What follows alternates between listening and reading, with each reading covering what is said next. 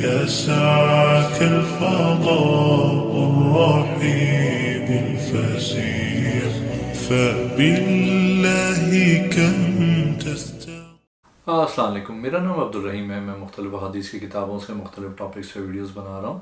تو امام ابو یعلا موصلی کی جو مجموعہ حدیث ان سے کچھ حدیثیں۔ اعوذ باللہ من الشیطان الرجیم، بسم اللہ الرحمن الرحیم۔ حدیث نمبر 2709۔ حضرت ابن عباس رضی اللہ تعالیٰ عنہ فرماتے ہیں کہ حضور صلی اللہ علیہ وسلم نے فرمایا، کسی مسلمان کے لیے جائز نہیں کہ وہ کسی کو عطیہ دے کے واپس لے لے، مگر باپ جو اس نے اپنے بیٹے کو دیا وہ واپس لے سکتا ہے۔ اس کی مثال جو کسی کو عطیہ دے کے واپس لے لیتا ہے اسی طرح ہے جیسے کتا جب سیر ہو جاتا ہے وہ قے کر کے دوبارہ چاٹ لیتا ہے۔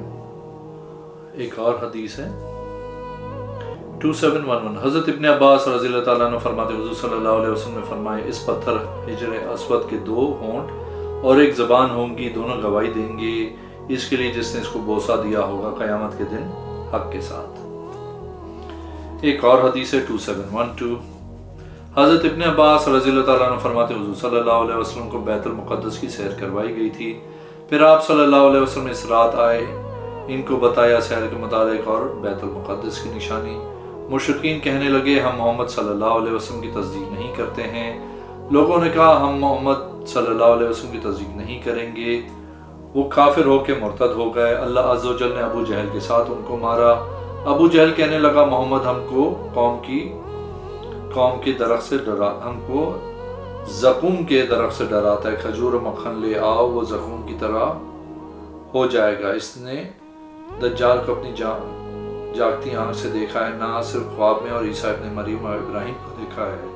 حضور صلی اللہ علیہ وسلم نے اس کے متعلق پوچھا گیا دجال کے دیکھنے کے متعلق، تو آپ صلی اللہ علیہ وسلم نے فرمایا، میں نے اس کو دیکھا ہے، جسم بھاری بھرکم، چاند سے چمکیلا، اعلیٰ نصب والا، اس کی ایک آنکھ ہے اس طرح گویا وہ چمکتا ہوا ستارہ ہے، اس کے بال ایسے ہیں جس طرح درخت کی ٹہنیاں ہوتی ہیں۔ میں نے عیسیٰ ابن مریم علیہ السلام کو دیکھا، وہ نوجوان تھے، سفید رنگ والے تھے، آپ گھنگریالے بالوں والے تھے، تیز نگاہ والے تھے، خوش اخلاق تھے۔ میں نے حضرت موسیٰ علیہ السلام کو دیکھا، آپ تھوڑے گھنگریالے بالوں والے تھے لیکن بال مبارک بہت زیادہ تھے، سخت طبیعت کے تھے۔ میں نے حضرت ابراہیم علیہ السلام کو دیکھا، میں نے آپ کے اعضاء میں سے ایک ایک عضو کو دیکھا، مگر میں نے ان کی طرف دیکھا گویا وہ تمہارے صاحب ہیں، یعنی حضور صلی اللہ علیہ وسلم کی خود اپنی ذات پاک۔ مجھے جبرائیل علیہ السلام نے عرض کی، اپنے والد ماجد کو سلام کریں، تو میں نے ان کو سلام کیا۔ ایک اور حدیث ہے 2713۔ حضرت ابن عباس رضی اللہ تعالیٰ عنہ فرماتے، حضور اکرم صلی اللہ علیہ وسلم نے فرمایا، میری حدیث بیان کرنے میں احتیاط کیا کرو، وہی بیان کرو جس کا تم کو علم ہو۔ جس نے مجھ پہ جان بوجھ کے جھوٹ باندھا وہ اپنا ٹھکانہ جہنم میں بنا لے۔ جس نے قرآن میں بغیر علم کے کہا، اس کو بھی چاہیے کہ وہ اپنا ٹھکانہ جہنم میں بنا لے۔ ایک اور حدیث ہے 2715۔ حضرت ابن عباس رضی اللہ تعالیٰ عنہ فرماتے ہیں، ایک انصار کے آدمی نے بنی اجلان کی عورت سے شادی کر لی، اس کے پاس گیا، رات اس کے ہاں گزاری۔ جب صبح ہوئی اس نے کہا، میں نے اس کو کنواری نہیں پایا۔ یہ معاملہ حضور صلی اللہ علیہ وسلم کی بارگاہ میں پہنچ گیا۔ حضور صلی اللہ علیہ وسلم نے اس بچی کو بلوایا اور اسے پوچھا اس کے متعلق۔ اس نے عرض کی، جی ہاں یا رسول اللہ صلی اللہ علیہ وسلم، میں کنواری تھی۔ حضور صلی اللہ علیہ وسلم نے حکم دیا کہ دونوں کے درمیان لعان کرنے کا اور اس کو مہر دیا۔ اور حدیث ہے